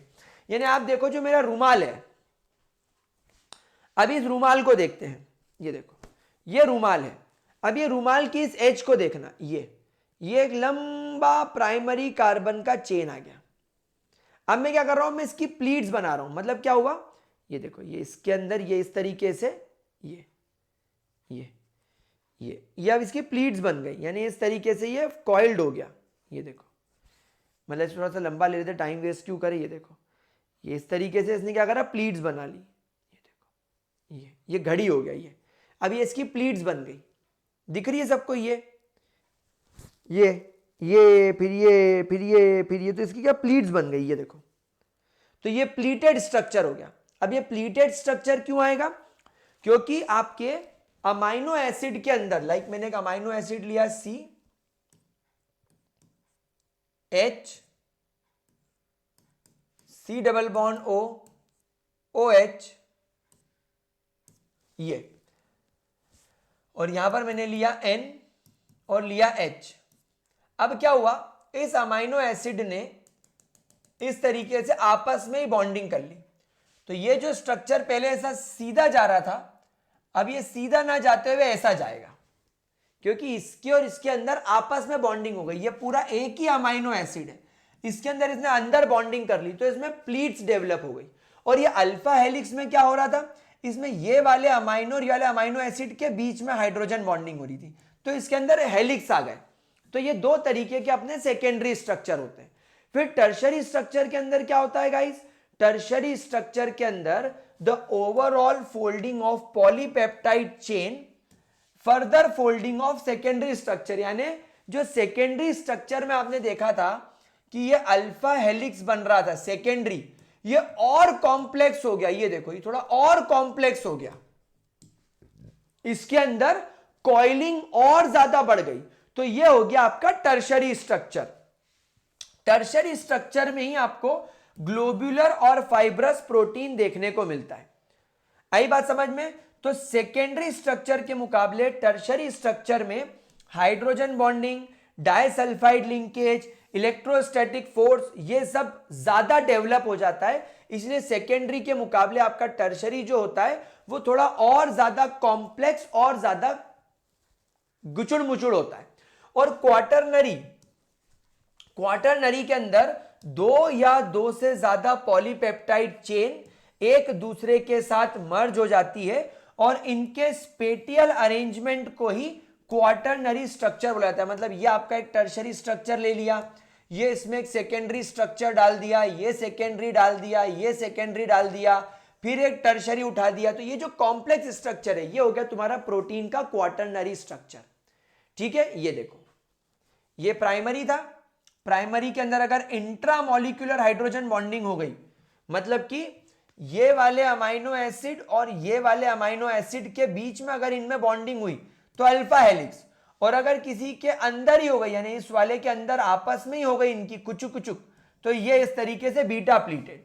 फिर बीटा प्लीटेड का या अल्फा हेलिक्स का यानी सेकेंडरी वालों का मिक्सचर या और कॉम्प्लेक्स टर्शरी बनाएगा, और टर्शरी वालों का मोर कॉम्प्लेक्स आपको क्वाटरनरी बनाकर देगा।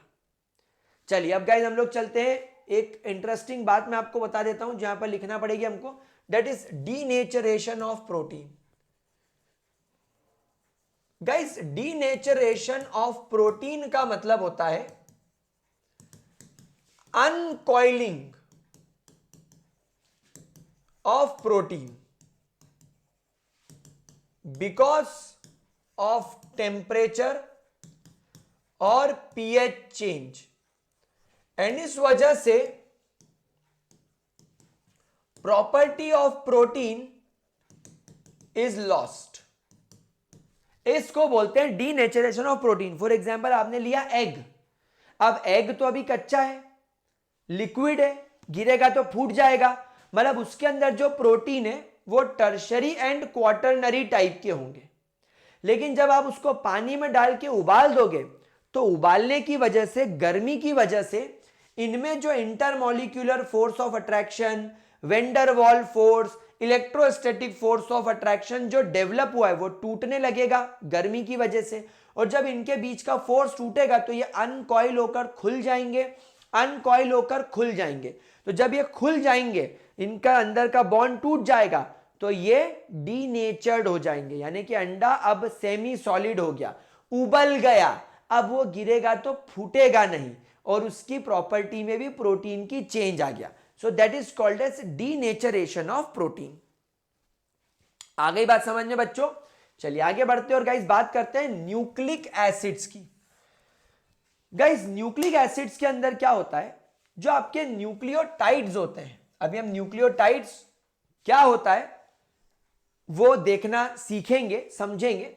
लेकिन जब ये न्यूक्लियोटाइड अपने तीसरे और पांचवें कार्बन से फॉस्फेट लिंकेज बनाकर बहुत सारे न्यूक्लियोटाइड जोड़ लेते हैं तो उन्हें बोला जाता है न्यूक्लिक एसिड। ये न्यूक्लिक एसिड बेसिकली क्या है, ये हमारा जेनेटिक मटेरियल है।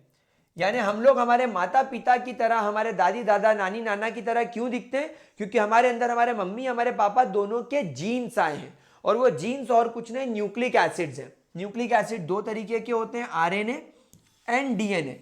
डीएनए का फुल फॉर्म होता है deoxy ribo nucleic acid, RNA का फुल फॉर्म होता है राइबो न्यूक्लिक एसिड। आरएनए और डीएनए के अंदर एक ही फर्क है, आरएनए के अंदर जो हमारी 5 कार्बन वाला जो शुगर यूनिट होता है, जिसे हम राइबोज शुगर होते हैं, वो ऐसा होता है। लेकिन डीएनए के अंदर जो 5 कार्बन वाला राइबोज शुगर होता है, उसमें एक ऑक्सीजन कम हो जाता है, तो वो डीऑक्सी राइबोज हो जाता है। आई बात समझ में, कोई प्रॉब्लम?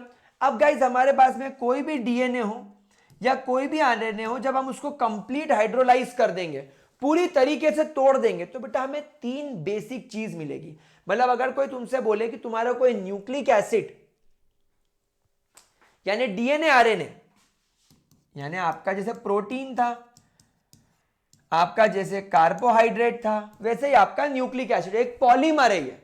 जब आप इस डीएनए आरएनए को जब आप तोड़ोगे तो तोड़कर आपको 3 बेसिक चीज मिलेगी। एक पेंटोज शुगर जिसका नाम मैंने आपको बता दिया राइबोज या डीऑक्सीराइबोज, दूसरा फॉस्फोरिक एसिड, और तीसरा नाइट्रोजिनस बेस। अब एक एक करके सब पढ़ना चालू करते हैं।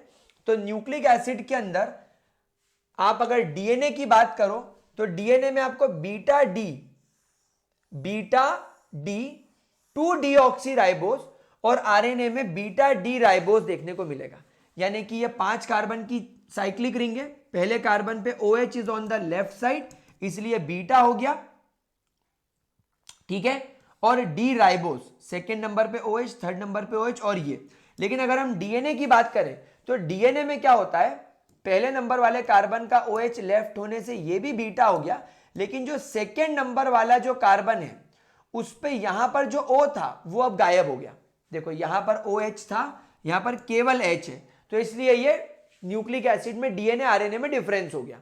तो ये इनकी शुगर यूनिट हो गई। अब जब इनकी शुगर यूनिट पर एक नाइट्रोजिनस बेस में जोड़ दूंगा, जब मैं एक नाइट्रोजिनस बेस जोड़ दूंगा तो शुगर प्लस बेस न्यूक्लियोसाइड बन जाएगा। और ये नाइट्रोजिनस बेस कहां जुड़ेगा, ये पहले नंबर वाले कार्बन के OH पर। आई बात समझ में? लेकिन अगर मैं शुगर बेस के साथ फॉस्फेट जोड़ दूंगा तो ये न्यूक्लियोटाइड बनेगा। समझे? तो यहां पर आपके पास शुगर है, ये पहला कार्बन है, इसके पास अपन ने यहां पर बेस लगा दिया, और अब ये जो 5वें नंबर वाला कार्बन था, ये देखो CH2OH, इसके OH से मैंने H हटाकर यहां पर PO3 डाई नेगेटिव ग्रुप जोड़ दिया, तो ये बन गया आपका न्यूक्लियोटाइड। आई बात समझ में? This is your nucleotide.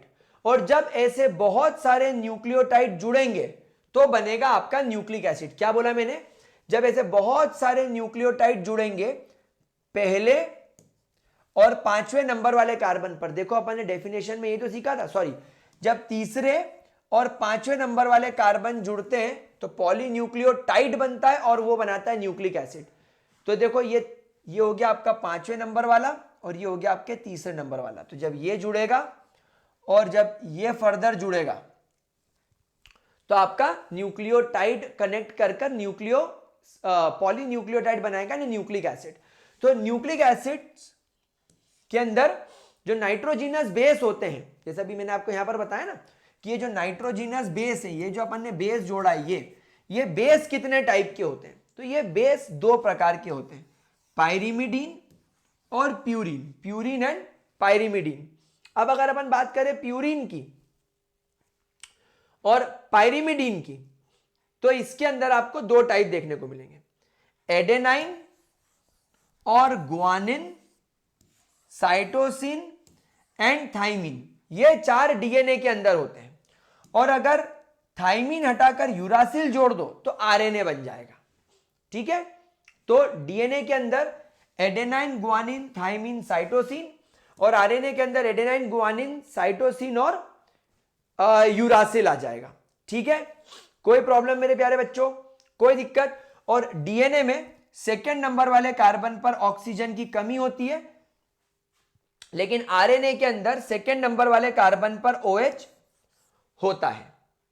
ठीक है, तो आप यहां पर देखो आरएनए में ये जो पहले नंबर वाला कार्बन है, इससे हमने ये बेस जोड़ दिया इस तरीके से। डीएनए में देखो ये पहले नंबर वाले कार्बन पर हमने इस तरीके से बेस जोड़ दिया, ये देखो, समझ में आ रहा है बच्चों? तो आपके देखो पाइरिमिडीन में केवल एक रिंग होती है, तो अब ये एक रिंग वाला इधर कौन है? एक ये है, एक ये है और एक ये है। तो आपके साइटोसिन, थाइमिन और uracil, cytosine, thymine and uracil, ये पाइरिमिडीन है। और एडेनाइन एंड गुआनिन 2 रिंग वाले आपके प्यूरिन है। ठीक है, कोई प्रॉब्लम? अब डबल स्ट्रक्चर की अगर अपन बात करें, डबल हेलिकल स्ट्रक्चर की, वॉटसन एंड क्रिक की, तो वो आपको कुछ इस तरीके से दिखता है।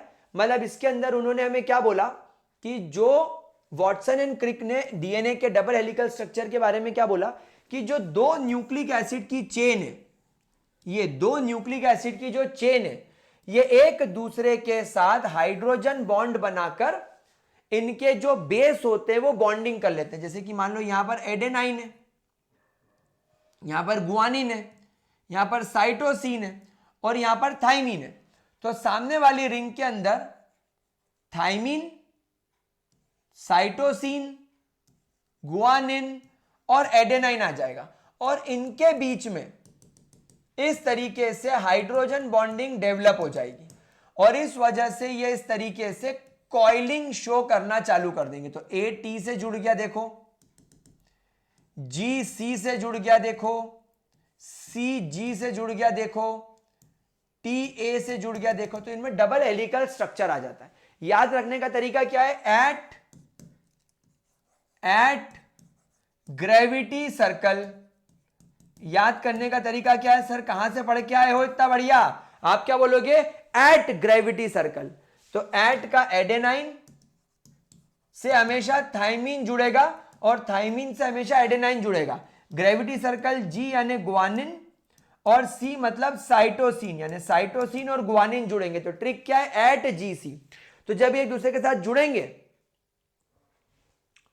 तो ये एक दूसरे को इस तरीके से कॉइल्ड अप कर देंगे, देखो। और जब ये इस तरीके से कॉइल्ड अप करेंगे, देखो, अच्छा एक चीज और ध्यान रखना, एडेनाइन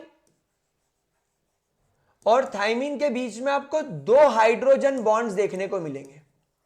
वहीं पर गुआनिन और साइटोसिन के अंदर आपको 3 हाइड्रोजन बॉन्ड देखने को मिलेंगे।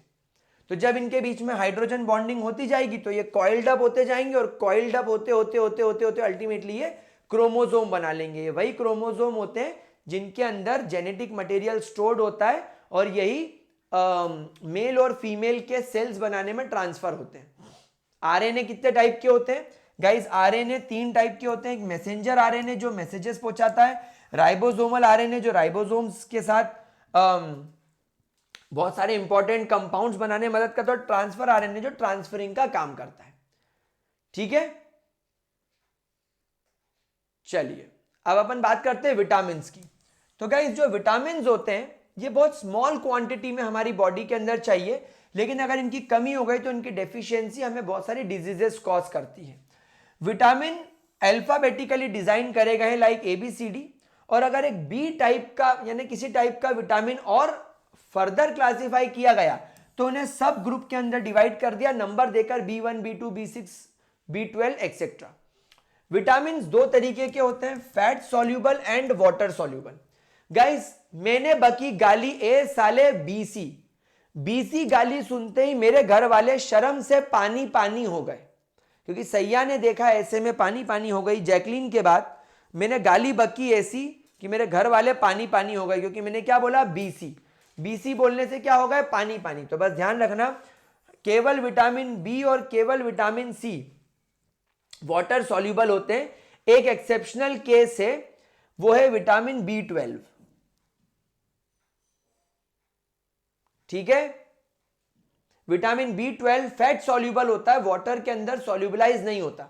तो वो सारे विटामिन जो वाटर सॉल्युबल होते हैं, they are water soluble vitamin, example BC। इसको छोड़ के बाकी जितने विटामिन हैं वो सब फैट एंड ऑयल के अंदर सॉल्युबल होते हैं और हमारी बॉडी के अंदर फैट्स में इन्हें स्टोर किया जा सकता है। गाइस ये पूरा टेबल आप लोगों को देखना है ध्यान से। हमारी एनसीईआरटी में विटामिन में कुछ पढ़ो ना पढ़ो, टेबल जरूर पढ़ना।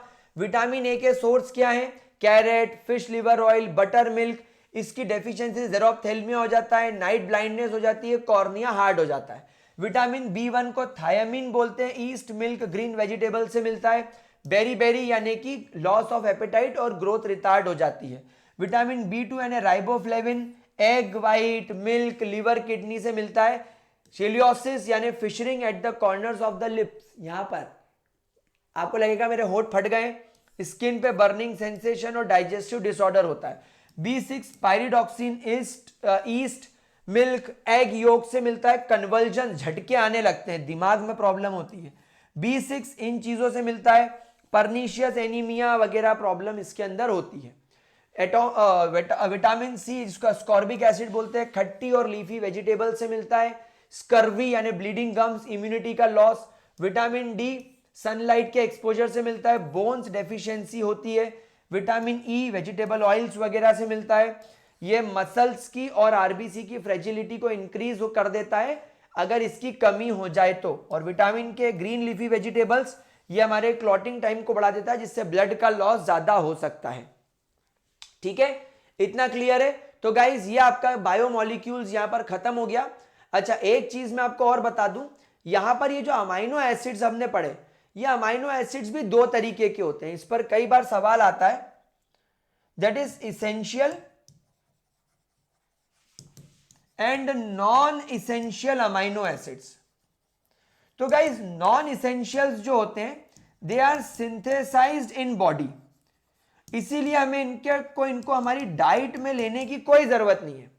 लेकिन इसेंशियल जो अमाइनो एसिड्स होते हैं they are not synthesized in our body, ये हमारी बॉडी में सिंथेसाइज नहीं होते, इसीलिए आपको इनको अपनी डाइट में शामिल करना होता है।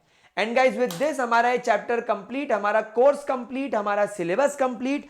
अब आप लोग बिल्कुल बेहतरीन तरीके से रिवीजन चालू कर दो। आप लोगों के लिए एक PYQ का वीडियो मैं बनाने वाला हूं, जिसके अंदर मोस्ट इंपॉर्टेंट PYQs में करवाऊंगा एक ही वीडियो में सारे।